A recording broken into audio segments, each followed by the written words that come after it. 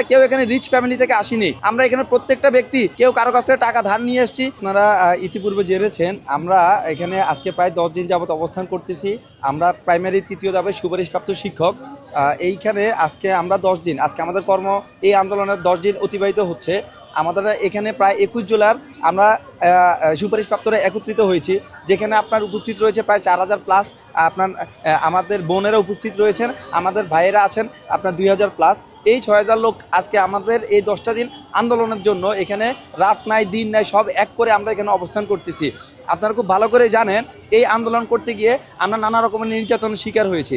সেটা কেমন, আমাদেরকে এখানে পুলিশ ন্যাক্কারজনকভাবে পিটিয়েছে এবং প্রত্যেকটা দিন আমাদেরকে পুলিশ এখান থেকে ধরে নিয়ে থানায় নিয়ে বসে রাখতো এবং আমাদের ভাইদেরকে বোনদের গায়ে পর্যন্ত হাত দিত, জল কামান ব্যবহার করতে। কিন্তু দেখুন আমরা এখানে একটা যৌক্তিক দাবি নিয়ে আসছি, আমরা এখানে কোনো অযৌক্তিক দাবি নিয়ে আসতেছি না।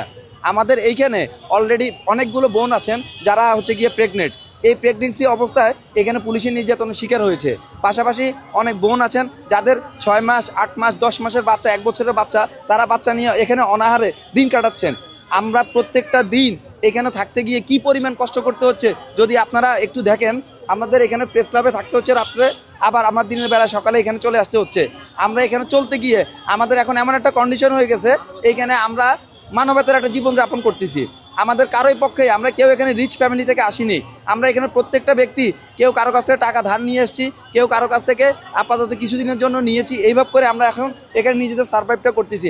আমাদের সার্ভাইভ করতে এখন আমাদের প্রচুর পরিমাণ কষ্ট হচ্ছে, কিন্তু সরকার পক্ষ থেকে আজ পর্যন্ত আমাদেরকে একটা ন্যাকোজিশন ওইভাবে আসতেছে না, আমাদেরকে নির্ভরযোগ্য কোনো তথ্য দিচ্ছে না যে আমাদের নিয়োগটা কনফার্ম করে দিবে আগামী এত দিনের মধ্যে।